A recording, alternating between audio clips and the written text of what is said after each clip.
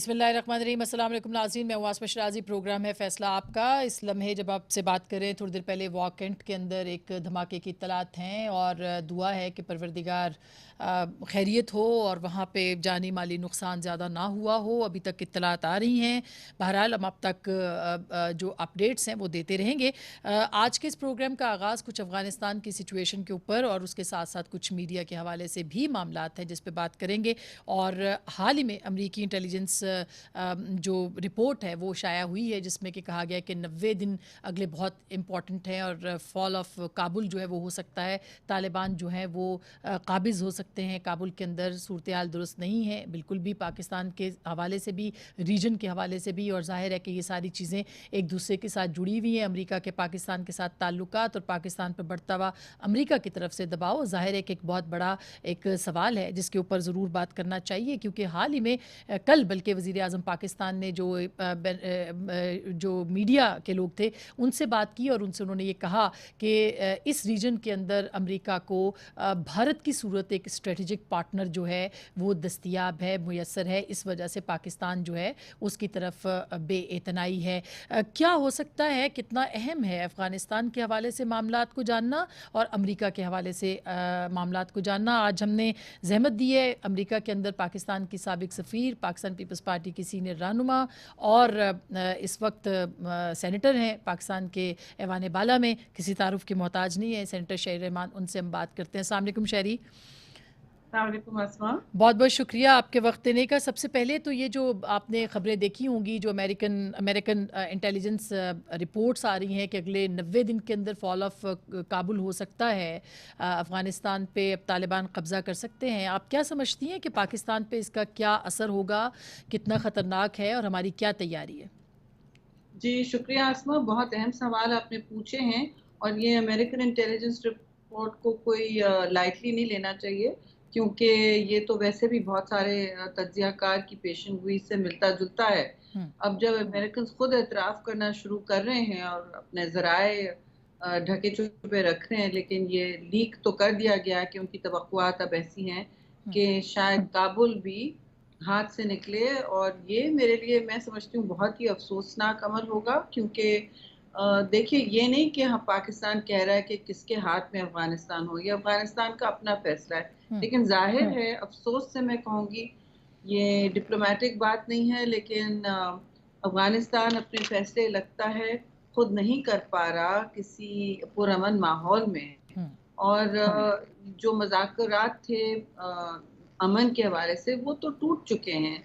और इस सूरत-ए-हाल में वो जो अस्करी हल तालिबान का इस वक़्त मुसल्लत किया जा रहा है अफ़गानिस्तान पर, उसकी उसकी ज़िम्मेदारी अमरीका को बर्दाश्त करनी होगी। वो हुँ, इस वक़्त नहीं करना चाह रहे, इसीलिए वो अपना लाइटें बंद करके बगराम से निकल गए हैं। हुँ, मैंने अभी एक यूके टीवी से भी कहा, जो 2 दिन बाद, मैंने कहा वो तो निकल गए, तो पाकिस्तान को किस लिए पर मलबा डाला जा रहा है? लेकिन ये भी तवक्को थी, देखिए, कि पाकिस्तान पे मलबा डाला जाएगा। हुँ, मलबा एक तरफ डाला जाएगा और दूसरी तरफ आप पर ज़मीन पर असरात होंगे। अब बॉम्ब ब्लास्ट हमने देखने शुरू कर दिए हैं, खुदा ना ख़ास्ता हम फिर वो सिचुएशन फ़ेस करें जो हमने बहुत साल पहले देखी थी, हुँ। जहाँ आए दिन पाकिस्तान में इस तरह के अटैक्स हो रहे थे और हमले ना सिर्फ़ हमारी मिलिट्री पर, मगर सिविलियंस पर भी हो रहे थे, जिस पर हमने बहुत इसमें खसारे और गम देखे हैं, बहुत बिल्कुल। मुश्किल हालात। लेकिन शहरी, अब आपको लगता है कि हाल ही में एक सिक्योरिटी कमेटी का इजलास भी हुआ था, पार्लियामान में सारी जमातों को बुलाया भी गया, उस ब्रीफिंग पे बहुत सारे लोगों ने कहा कि वो मुतमिन भी हैं।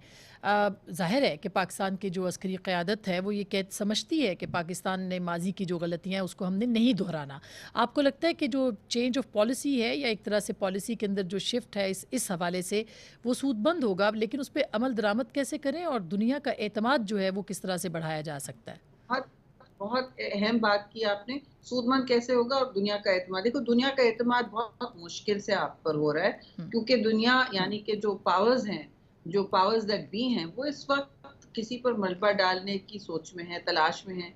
पाकिस्तान सबसे अच्छा स्केपगोट है, इसके कुछ बहुत सारे इंडिया ने भी रीजनल मतलब वेपनाइज़ किया हुआ है सोशल मीडिया को आपके खिलाफ, हुँ, और बहुत घिनौनी बातें की जा रही हैं। अब इस सूरत-ए-हाल में आपको पाकिस्तान में, मैंने तो ऑन रिकॉर्ड कहा है, पीपल्स पार्टी ने ऑन रिकॉर्ड कहा है, चेयरमैन ने कहा है कि हमें तवक्को है कि वो यूएन जो जो हमारे साथ सिक्योरिटी कमेटी की बातचीत हुई थी वो खत्म नहीं हुई थी, कोई हतमी हमारे जो सेशन है खत्म नहीं हुआ था और उसको एक्सटेंशन दिया गया था। अब अभी तक कोई इस तरह की मीटिंग फिर कॉल नहीं हुई है जो होनी थी, नंबर एक। और नंबर दो, अगर आपको दुनिया को एक मुंह देना है और बहुत मुश्किल हालात में करना है, तो आप हमेशा एक इत्तेहाद की सूरत में सबसे पावरफुल मैसेज देते हैं। वो इत्तेहाद पार्लियामान के जरिए होता है, उसमें कोई रॉकेट साइंस नहीं है, कोई पहिया आजाद नहीं करना। आपने आपने पार्लियामान में कुव्वत को इस्तेमाल करना है, मगर उस कुव्वत को इस्तेमाल करने के लिए आपको ये गाली गलौज और तकसीम का दौर जो आपने चलाया हुआ है सिलसिला, उसको खत्म करना होगा। अगर वो ये अपनी सियासत को तरजीह दे रहे हैं, मैं समझती हूँ इस वक्त पाकिस्तान की रियासती और ह्यूमन ज़रूरियात जो हैं, इंसानी ज़रूरियात जो हैं, क्योंकि एक ह्यूमैनिटेरियन डिजास्टर भी आने वाला है आपके डोर स्टेप पे, वो आपको पहले उसको तरजीह देनी चाहिए।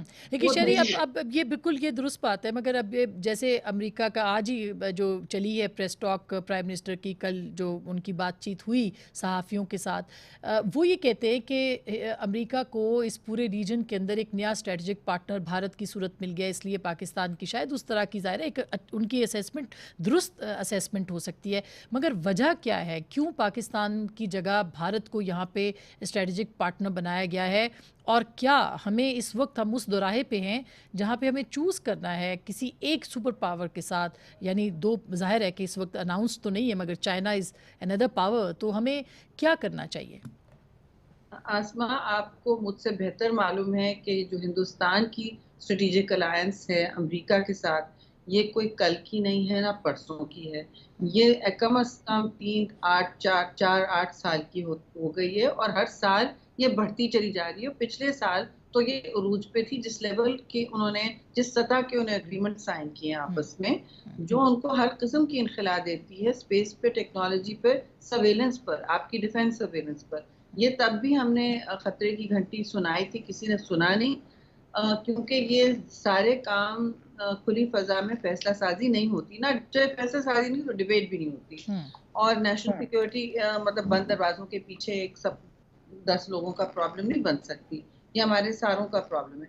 अब ये इनको अब डिस्कवरी हुई है कि India and custody, no, India and America strategic, very close strategic allies for the last 5 years, please, quad के बाद भी और हर चीज के बाद भी, और सारे एग्रीमेंट्स जो साइन हुए हैं बहुत तशवीशनाक है। दूसरी बात यह कि आपने चीन और कैंप में जाना है या अमेरिका के कैंप में जाना है, कुछ चॉइसेस आपकी अपनी नहीं होंगी, और आपको जब तक आप कर सकें आपको किसी के कैंप में जाने की जरूरत नहीं। और मैं एक और बात बताऊं, चाइना जो है वो बहुत एक मैच्योर फॉरेन पॉलिसी प्लेयर है, उसको अपना ग्राउंड जीरो नहीं देखना अफगानिस्तान में ना एशिया में। वो इस वक्त पैसिफिक टू अटलांटिक अपनी पॉलिसी देख रहा है, वो टू ओशन पावर बनना चाहता है, और वो नहीं चाहता कि कोई आपके लिए आप मुस्तकिल बैसाखी बन जाए, चाइना आपके लिए मुस्तकिल बैसाखी बन जाए, वो नहीं चाहता। वो चाहता है कि आप भी अपने पैर पे थोड़ा बहुत खड़े हों और अपनी भी दिफा कर सकें, और शायद उनकी भी अलायंस में कुछ आप हिस्सादार हो सकें। उनको भी अपने वीगर्स का प्रॉब्लम है, उनको एटीएम का भी प्रॉब्लम होगा अफगानिस्तान के हवाले से, क्योंकि अमेरिका ने उनको डीलिस्ट कर दिया है, वो अब टेररिस्ट नहीं है, तो चाइना के वो टेररिस्ट हैं। तो आपके जो इस वक्त इंटरेस्ट हैं, जो आपके मफादात हैं, वो मिलते जुलते हैं, और रियासतें अपने मफादात देखती हैं। चीन के साथ तो आपके साथ दोस्ती भी है, लेकिन आपको अपने वसी मफाद में देखना है कि आप अमेरिका को अपना दुश्मन जानी नहीं बना सकते। सही। तो अब आपको क्या लगता है कि जो कॉल का ना आना, ज़ाहिर है कहते हैं कि इतनी अहमियत नहीं इस बात की, लेकिन बहुत अहमियत है कि आप, नई एडमिनिस्ट्रेशन जो है वो आपसे बात नहीं करती है उस पर, क्या वजह है कि वो नहीं आती, और फिर क्यों नहीं आती के लिए हमें क्या करना पड़ेगा? क्या डूम वॉर की बात होती है जैसे अभी सेफ हेवन्स की बात की गई है? बात करती, आप हर चीज को बच्चों का खेल क्यों बनाए हुए हैं? आपके पास मैच्योर ऑफिसर्स हैं फॉरेन सर्विस में, वो जो आपको एडवाइस देते हैं उनकी सुन लिया करें। लेकिन इस वक्त ऐसा नहीं हो रहा है, यहाँ एक से एक सब अपनी अपनी बात लगा रहा है, ऐसा नहीं होता। वो फोन कॉल भी आप उसकी बात क्यों करते हैं कि आप इंतजार में हैं, और सॉरी टू से प्राइम मिनिस्टर ने अभी भी कोई बात की है कि एक्सक्लूसिव गवर्नमेंट वो चाहते हैं। नहीं, हम इंक्लूसिव गवर्नमेंट चाहते हैं अफगानिस्तान में, जिसमें सारे स्टेक होल्डर्स अग्री करके अपनी पुरअमन रास्ता निकालें। लेकिन अब आप अपना नैरेटिव भी सही देना नहीं चाहे। आप कह रहे हैं कि पश्तून जेनोफोबिक हैं, यानी दुनिया मतलब वो एक बाहर फॉरेन लोगों को अपने से एथनिसिटी के बाहर लोगों ये को पसंद नहीं करते। ऐसी बातें नहीं करनी चाहिए। आपको अपना नैरेटिव बहुत केयरफुली रखना चाहिए, क्यूरेट। और दूसरी बात ये कि देखिए अमेरिका में जो रास्ते बनते हैं किसी भी एडमिनिस्ट्रेशन तक, वो निजी रास्तों से, पुलों से होते हैं। ठीक बात है। और वहाँ बहुत सारे पाकिस्तानी हैं जो आपको बहुत आराम से ये कॉल दिलवा सकते अच्छा हैं। शहरी, ये तो मौजू ऐसा है जिस पे ज़ाहिर है कि आपने खुद कहा कि बहुत सारी अभी पॉलिसी गाइडलाइन चाहिए होगी रियासत की, और ज़ाहिर है उस पे हम भी इंतज़ार कर रहे हैं कि क्या होना चाहिए। मगर क्विकली ये मीडिया अथॉरिटी के बारे में मैं जानना चाह रही हूँ, क्योंकि जब आप मुकदमा लड़ते हैं पाकिस्तान का और आप कह रहे हैं कि सोशल मीडिया के महाज पे, मीडिया के महाज पे आपको लड़ाई लड़नी होती है, तो ज़ाहिर है कि आपको मीडिया चाहिए। यहाँ पे अथॉरिटीज़ बना के उसको ज़्यादा कंटेन करने की, कर्टेल करने की जो है वो एक तैयारी हो रही है। गो के फवाद चौधरी साहब कह रहे हैं ऐसा नहीं है। नहीं, देखिए फवाद चौधरी साहब जो भी कहें, उनकी मिनिस्ट्री ने अजीब व गरीब लिस्टें निकाली हैं। मैंने तो कहा है कि इस तरह जो बार बार ढूंढते हैं सॉफ्ट पावर कैसे आएगा, पब्लिक डिप्लोमेसी कैसे होगी। भाई आपका सॉफ्ट पावर आपकी मुअस्सर और मजबूत आवाजें हैं, जो जिनका इंटरनेशनल दुनिया में एक रुतबा होता है। और वो सिर्फ वो लोग हैं जो क्रिटिकल थिंकिंग की मतलब की साख रखते हैं, की कैपेसिटी रखते हैं। और आप अगर घर में तनकीद करते हैं तो उससे ज्यादा आप पाकिस्तान का बाहर दिफा करते हैं। लेकिन आपको बर्दाश्त करना भी पड़ेगा। जो लोग आपके पेड प्रोपेगेंडिस्ट होते हैं, उनकी कोई साख नहीं है दुनिया में, उनको कोई सुनने तैयार नहीं है। वो आपके सॉफ्ट पावर के साथी नहीं हो सकते। तो आपको ये भी देखना होगा। और जहां तक इस तरह की ऑर्गेनाइजेशन और ये बॉडीज बना रहे हैं, इनको तो सारा मीडिया पाकिस्तान का मिलजुल के, और ऑपोजिशन पार्टीज भी मिलजुल के आप इसको साउंडली इसकी मजम्मत कर चुकी हैं। ना ये एक मौसर पॉलिसी है, ना ये चलने देगी मीडिया को। पाकिस्तान अपने आप की जगहसाई क्यों करना चाहता है बिल्कुल। भाई? अच्छा, अभी मीडिया की बात हो रही है शहरी, तो आपका शुक्रिया भी अदा करना है। आपने एक बहुत अच्छी किताब लिखी है, and I must share with my viewers as well, कि ये विमेन प्लानिंग के नाम से है, और बहुत इसका चर्चा भी है आजकल। इसमें ख़वातीन के बारे में उनकी जो मूवमेंट है उसको फिर खुद ख़वातीन ने भी इसके अंदर लिखा है, जो कि बड़े नाम है। तो एक तो शुक्रिया, ये आइडिया कैसे आया, और ख़वातीन के लिए और क्या क्या कुछ करना बाकी है, क्या होना चाहिए? और आइडिया तो आसमा आप ही ने दिया था 3 साल पहले एक सेमिनार पे, जो अक्स तस्नीम अहमद का ऑर्गेनाइजेशन चला रहा था। वहाँ हम बात कर रहे थे हुदूद ऑर्डिनेंसेस और बहुत सी चीज़ों पर। किसी ने कोई ऐसी बात की। मैंने कहा नहीं नहीं, इस पर ये पेशरफ्त हुई है। तो आपने मुझसे कहा कि भाई ये जो नॉलेज में इसमें कमी है, ये आपकी जिम्मेदारी है और ये आपने पूरी करनी है। हमारी यंगर नस्ल को किस तरह पता चलेगा कि जिद्दोजहद क्या थी और क्या क्या आप लोगों ने किया और क्या करने जा रहे हैं। और तो फिर मैंने सोचा इस बारे में। मैंने कहा बिल्कुल सही आसमा ने कहा। इस तरह मैंने पुरानी हमारी जो बैफ की एक्टिविस्ट थी और हीरोज हैं लिटरली, बिल्कुल। जिन्होंने बड़ी मजबूत और मौसर ये है दास्तान दिलेरी की जो लिखी गई है। कुछ औरतों की ज़बानी अपनी कहानी है, वुमेन्स प्लेनिंग, यानी खुद अपनी बात कर रही हैं। और बहुत सी फिर उतनी ही आजकल की नस्ल की, यंगर नस्ल की जो औरत मार्च चला रही हैं, जो मूवमेंट में उनका मोमेंटम बहुत है, और लेकिन उनके अहदाफ अभी भी उस मूवमेंट से मिलते इसमें मिलते इसमें जुलते। देखिए, फरीदा शहीद, आयशा खान, हिना जिलानी, ज़ोहरा यूसुफ, खावर मुमताज़, शहरबानो ज़िया, शहरी रहमान, शहनाज वज़ीर अली, रफ़िया ज़करिया, आयशा रज़ाक, बहुत से नाम हैं शहरी जो कि जिन्होंने इस पे लिखा है। सारा बिलाल भी हैं इसमें, बहुत शर्मीन उबैद भी हैं। मेरा ख्याल है कि ये एक ऐसी चीज़ है जिसको कि हमें ये डॉक्यूमेंट करके आपने इस पूरी मूवमेंट को एक रास्ता भी दे दिया और उसको डॉक्यूमेंटेड भी कर दिया है। तो आखिर में चलते चलते एक सियासी सवाल भी हो जाए, ये बैकडोर राब्ते भी आपके हो रहे हैं कोई पीएमएलएन के साथ अदम एतमाद पे? अरे देखिए, बैकडोर राब्ते क्या करने की जरूरत है हमें? हम पार्लियामान में तो साथ ही काम करते हैं, जितना भी आप बातें कर लें कि ये एक दूसरे को तनकीद का निशाना बनाते हैं, मैं समझती हूँ अपोजिशन को एक दूसरे को हदफ नहीं बनाना चाहिए।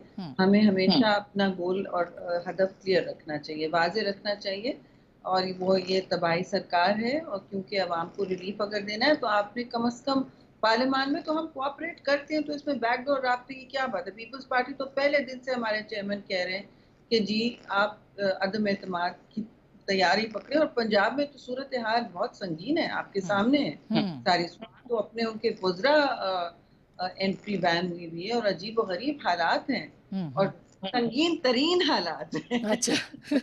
बहुत बहुत बहुत शुक्रिया शहरी हमें वक्त देने का और बहुत सारे मौजूआत पे बात करने का। एक ब्रेक ले रहे हैं, ब्रेक के बाद फवाद चौधरी साहब हमारे साथ होंगे, मीडिया अथॉरिटी के हवाले से बात करेंगे और जो सहाफ़ियों के हवाले से इस वक्त खदशात हैं, आज़ादी सहाफ़त के बारे में जो सवालात हैं वो तमाम सवालात उनसे पूछने की कोशिश करेंगे। एक ब्रेक के बाद आप हमारे साथ रहिएगा।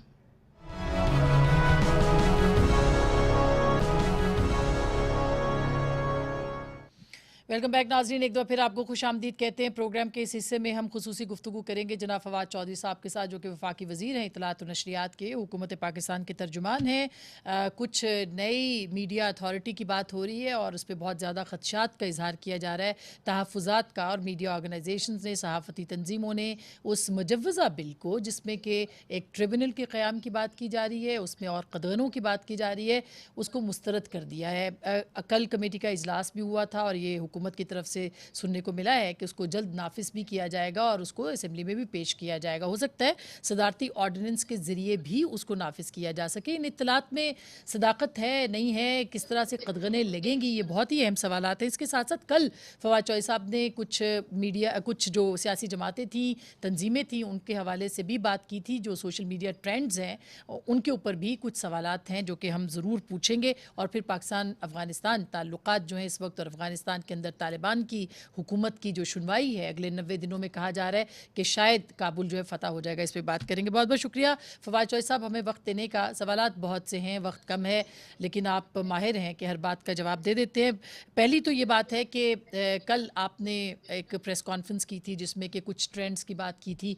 तनकीद आप पे बहुत ज़्यादा हो रही है और वो ये हो रही है कि इस वक्त में जबकि पोलराइज्ड इन्वायरमेंट है पाकिस्तान के अंदर, ज़ाहिर है कि एक डिसइंफॉर्मेशन लैब पाकिस्तान के ख़िलाफ़ मुस्तकिल काम कर रही है। ज़रूरत है कि लोगों को जमा किया जाए एक परचम तले, एक जगह पे, लेकिन आपकी इस प्रेस कॉन्फ्रेंस से तफरीक हुई है, तकसीम हुई है। मतलब किसको तकलीफ हुई है इस प्रेस कॉन्फ्रेंस से? तकसीम हुई है, तफरीक की बात की है कि मतलब जो ग्रुप्स और सियासी जमातों पे इल्ज़ामात आए हैं, जो पीटीएम के हवाले से आपने बात की है, कुछ सहाफ़ियों को भी इसमें नाम लिया गया है, उससे कहा जा रहा है कि एक तकसीम पैदा हुई है, पोलराइजेशन में इजाफा हुआ है।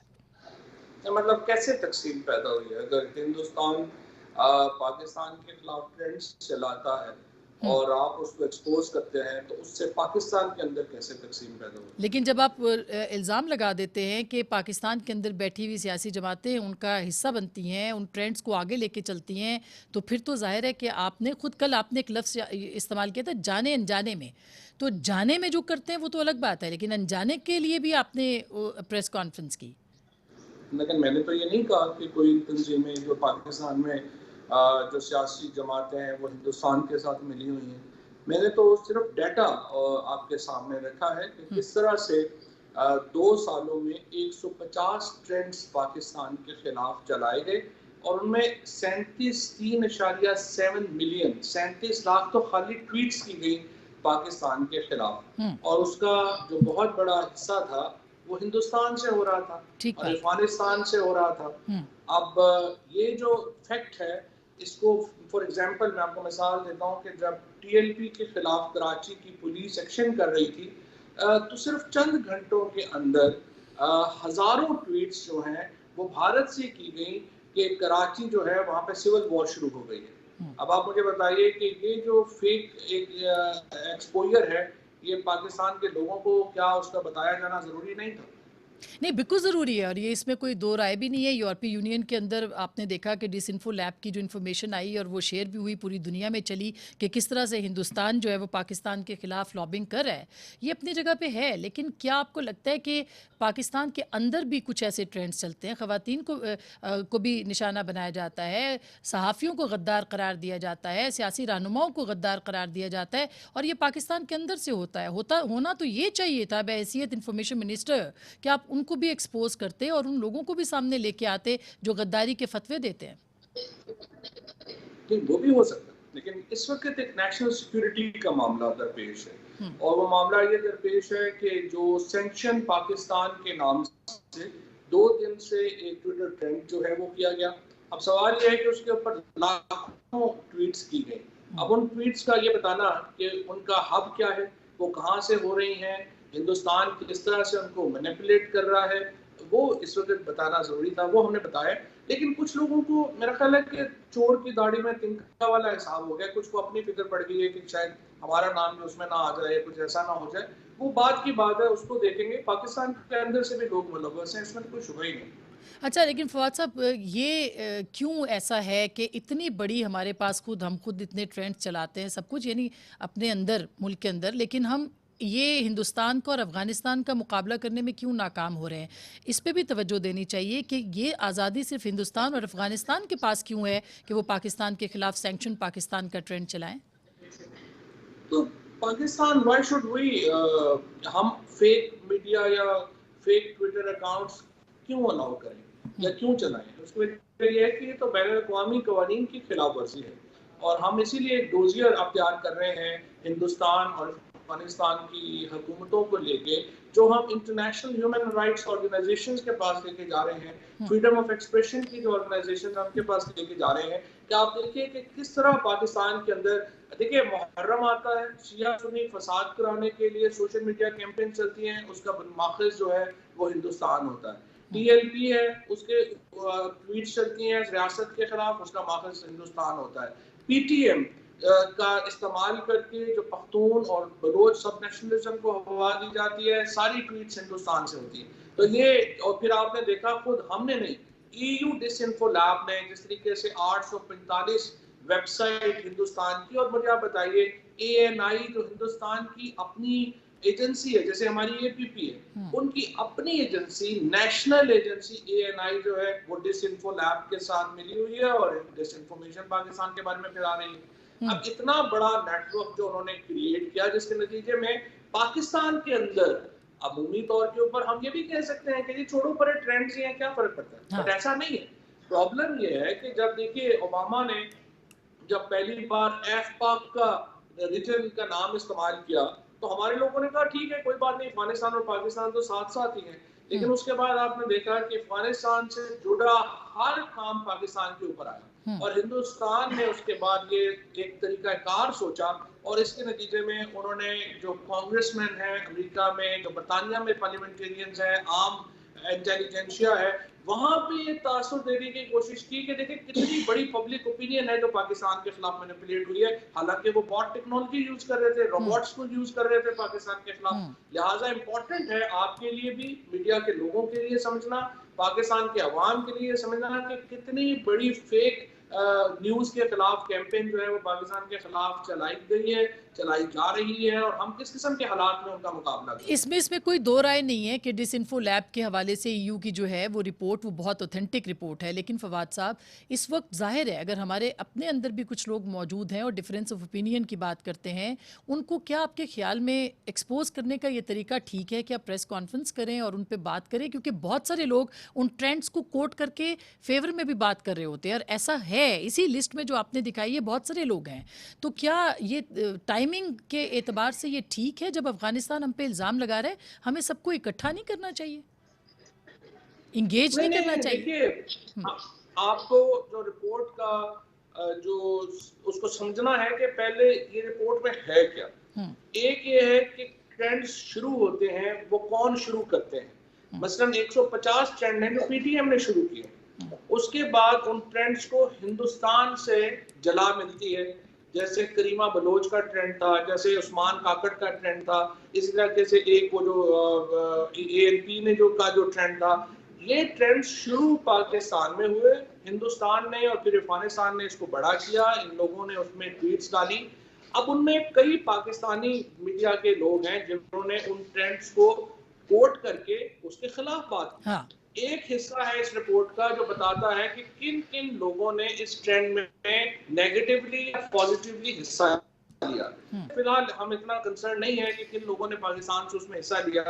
असल प्रॉब्लम उससे है कि जो ओरिजिन ऑफ ट्वीट्स, मसलन आप मुझे बताइए ना कि जो TLP है उसका हिंदुस्तान से क्या लेना देना है, क्यों हिंदुस्तान में वहाँ उसके हक में जो है वो ट्वीट कर रहे हैं इसके खिलाफ। शिया सुन्नी जो कराची में अगर फंस, बहुत सारी चीज़ें रियासत के पास होती हैं, ये एक बहुत लंबी डिबेट हो जाएगी। फवाद, आपको पता है बहुत अच्छे से, आप खुद सहाफ़ी रहे हैं, कि जब एंटी स्टेट जर्नलिस्टों की बात होती है तो पाकिस्तान के बहुत सारे अकाउंट होते हैं। फिर विमेन हरेसमेंट की बात है, पाकिस्तान उसके बारे में बात करता है, बहुत से लोग बाहर से भी कंट्रीब्यूट करते हैं, लेकिन इसका मतलब ये नहीं होता कि उसको बुनियाद बना के आप पाबंदियाँ लगाएं। मसलन अभी जो मीडिया अथॉरिटी की बात हो रही है, इस मीडिया अथॉरिटी पर अब तक जो सामने आया है, कल भी आप मीटिंग में थे, उसमें तो बाकायदा ट्रिब्यूनल, सज़ाएँ और एक ऐसा हवा क्रिएट हुआ है इस अथॉरिटी के बारे में, और इसको तमाम मीडिया तंजीमें जो हैं वो इसको मुस्तरद कर चुकी हैं।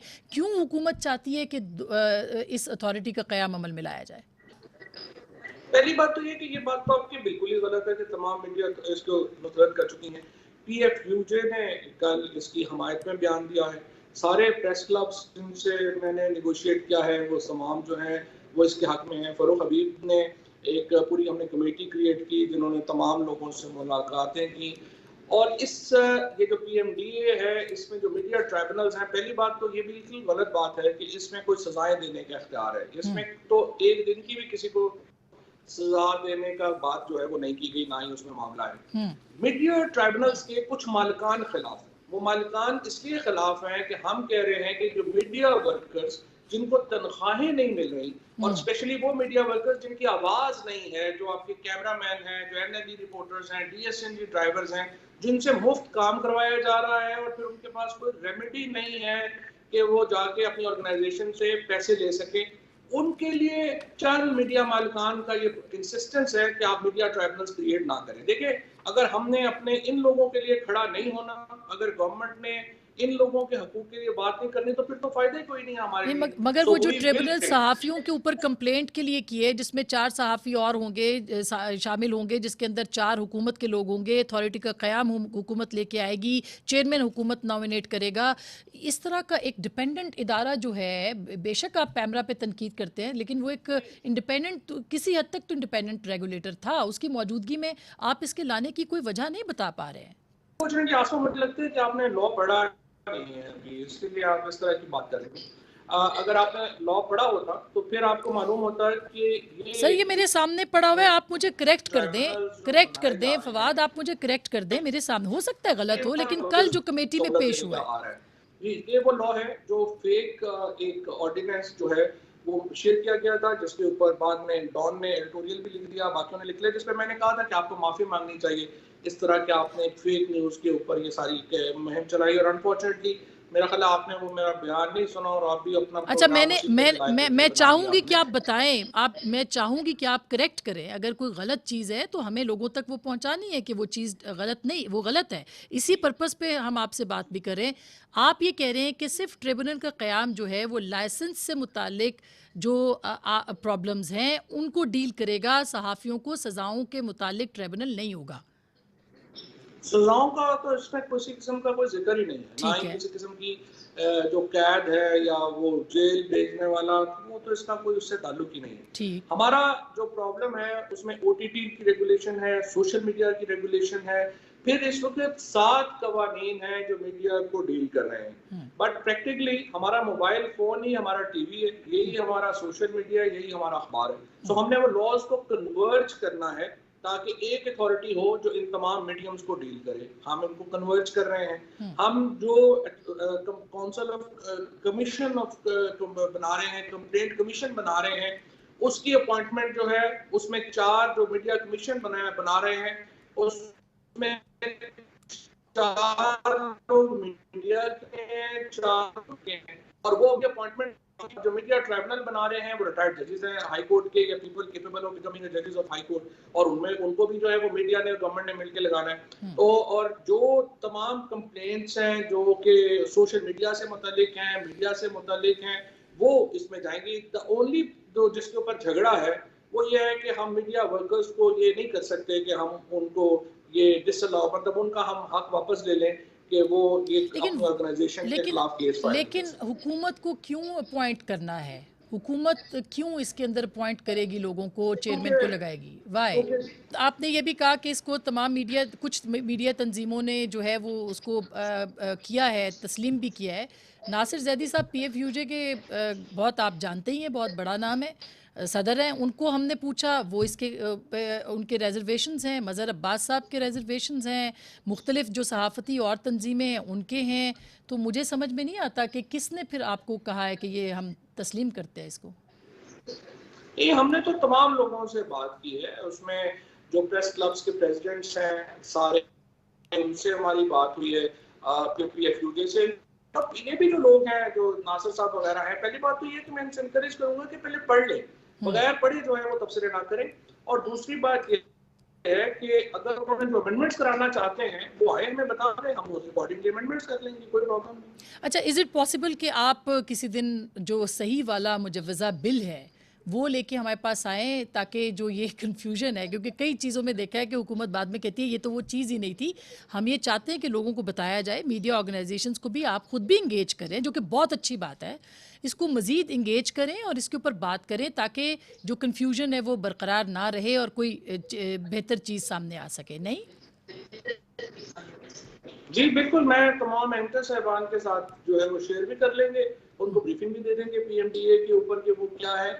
मालिकान के साथ हमने सारी बात कर ली है, उनके साथ बात जो है वो हमने तकरीबन मुकम्मल कर ली है, सवाए एक दो के जिनको ज़्यादा प्रॉब्लम है, और ज़्यादा प्रॉब्लम भी मैंने आपको बता दिया वो मीडिया वर्कर्स के हवाले से है। बाकी किसी को कोई प्रॉब्लम नहीं है, बिकॉज ये प्राइमरीली ये लॉ में हमको नया लॉ तो बना नहीं रहे, जो एग्जिस्टिंग लॉज हैं उनको हम कन्वर्ज कर रहे हैं, इकट्ठा कर रहे हैं, और उन्हीं लॉज को हम लेकर आगे। चलते चलते फवाद साहब, आपका सब लोगों के साथ बहुत अच्छा ताल्लुक है एंड वी अप्रिशिएट दैट कि आप सहाफ़ियों को बहुत ऑनर भी देते हैं, सब कुछ है। लेकिन गुज़िश्ता एक साल में नज़रबंदी के 10 वाक़यात हैं, जबरी तौर पर 4 वाक़यात हो चुके हैं, अगवा के बराह रास्त 16 वाक़यात, धमकियों के 13 वाक़यात, छापों और हमलों के 4 वाक़यात, इस तरह से ब्लैकआउट, मीडिया ब्लैकआउट, अबसार आलम का वाक़या, मतीउल्लाह जान का वाक़या, ये सब असद तूर का वाक़या, ये सब वाक़यात आपके सामने हैं। अभी तक कोई भी मुजरिम या मुलजिम नहीं पकड़ा गया, क्यों?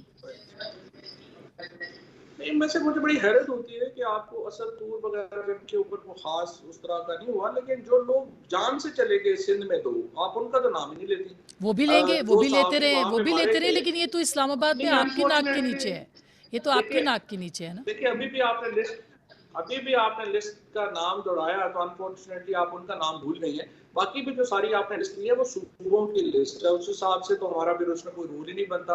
अबसार आलम साहब तो खैर खुद कहते हैं मैं सहाफ़ी हुई नहीं, तो मुझे नहीं पता कि फ्रेंकली हम क्यों एक दो मामला के ऊपर जो है वो हर चीज़ को हम जोड़ना चाहते हैं कि वो पाकिस्तान में बड़ा प्रॉब्लम है। कोई पाकिस्तान में प्रॉब्लम नहीं है। 90% बल्कि 93% केसेस रिजॉल्व हुए हैं। तमाम लोगों का पता है कौन कैसे उनके ऊपर क्या हुआ। FIR जिनके ऊपर है वो भी आपके सामने है। सो ये कोई पाकिस्तान में फ्रीडम ऑफ एक्सप्रेशन का कोई प्रॉब्लम नहीं है। फवाद, वो चंद परसेंट जो केसेस है वही इस वक्त हाईलाइटेड है, वही सबसे ज़्यादा इंपॉर्टेंट है। सिंध के मसले के ऊपर हम सिंध के वज़रा से पूछते रहते हैं, पूछेंगे, लेकिन आप इस वक्त वफाकी वज़ीर इत्तलात व नशरियात हैं, आप खुद प्रोग्राम करते रहे हैं, आप सहाफ़ियों से वाबस्तगी रखते हैं। आपसे पूछना ज़्यादा बनता है कि कम अज़ कम जो सहाफ़ी, यानी अगर आप कह रहे हैं अबसार आलम सहाफ़ी नहीं है तो सहाफ़ी कौन है? अब इसकी वक्त की बात नहीं कर रहे, पहले भी वो सहाफ़ी रहे हैं और काम भी करते रहे हैं, वर्किंग जर्नलिस्ट रहे हैं। अब क्यों आप ये कहते हैं कि हम उनको नहीं गिरफ्तार कर सकते? नहीं, वो मैं कह रहा हूँ, उन्होंने खुद कहा मैं सहाफ़ी नहीं हूँ, PMLN का वर्कर हूँ, तो वो PMLN के वर्कर हैं। दूसरी बात ये है कि देखिए, बात बड़ी सिंपल ये है कि जिस तरह से हमने देखा कुछ मामलात को लेकर जानबूझ के हवा दी जाती है, और अनफॉर्चुनेटली जो प्रोपेगेंडा है पाकिस्तान के खिलाफ वो चंद वाक़यात के इर्द गिर्द घूमता है, और इसको एक बाकायदा प्लान के तहत पाकिस्तान में फैलाया जाता है, और जो लोग फैलाते हैं क्यों फैलाते हैं वो भी सबके सामने है। और इसी तरीके से जो जेन्युइन सहाफ़ी हैं वो इसमें सफ़र करते हैं। और मेरा ये ख्याल है कि हमें इस पे भी सोचना पड़ेगा कि इस तरह के वाक़यात को लेके जिस तरीके से आलमी सतह के ऊपर आपने जिस तरह बात की कि सारा जो बात है वो इन्हीं केसेस के ऊपर हो रही है, तो सवाल है जो लोग जान से चले गए उनके ऊपर बात क्यों नहीं हो रही? तो सब मसला है ना कोई मसला तो है ना कि जिसको थप्पड़ पड़े हैं वो तो पूरी दुनिया में उसकी बात चल रही है, जो जान से चला गया उसकी कोई बात ही नहीं कर रहा। सबकी होनी तो चाहिए, सबकी होनी चाहिए बात, सहाफत की बात है, ये तो आज़ादी राय की बात ना। हाँ। लेकिन हो नहीं ना रही, हो ना रही, हो क्यों नहीं रही? मुझे आपसे सवाल ये पूछना है कि जैसे आपने बात की है, जब सहाफ़ी उठाए जाएंगे, जब मारे जाएंगे, जब अगवा होंगे, अभी इमरान शफकत का, आमिर मीर का वाक़या देख लीजिए, जब उनको हरासा किया जाएगा तो फिर तो बात होगी, फिर कौन बात करेगा? होता तो ये कि आप हमारे साथ खड़े होते सहाफ़ियों के मामले पे। अच्छा नहीं, मैं तो साथ खड़ा हूँ, बट मैं ये समझना चाहता हूँ कि जो लोग जान से चले जाएं उनका तो नाम तक ना लिया जाए, और जिनको थप्पड़ पड़े उनके ऊपर पूरी दुनिया जो है वो बात करे। ये मसला क्या है? Is it something going on है? नहीं, कोई भी उनको उनके साथ भी उनके लिए भी सब बात करना चाहिए और करते हैं और होती है। बहरहाल आपका शुक्रिया, इसको बहस को किसी और वक्त के लिए ज़रूर रखेंगे। और अच्छी बात आपकी ये है कि आप हमेशा वेलकम करते हैं डिस्कशन को। बहुत बहुत शुक्रिया वक्त देने का। यही अहम मसला है कि अगर हम अपने अंदर अपने घर में सब चीज़ों को इन ऑर्डर करेंगे, बाहर से किसी की भी ज़रूरत नहीं होगी कि वो हमारे ऊपर इल्ज़ाम लगाए। पाकिस्तान इस वक्त क्राइसिस से गुजर रहा है, पाकिस्तान को इकट्ठा रहना है, एक जगह पर रहना है, इसमें कोई दो राय नहीं है कि पाकिस्तान के मुखालिफिन जो हैं वो एक महाज खड़ा करे हुए पाकिस्तान के लिए। लेकिन हमें ज़रूर अपनी चीज़ों को ज़रूर दुरुस्त करना होगा। गुफ्तगू आपने सुनी, फैसला आपका।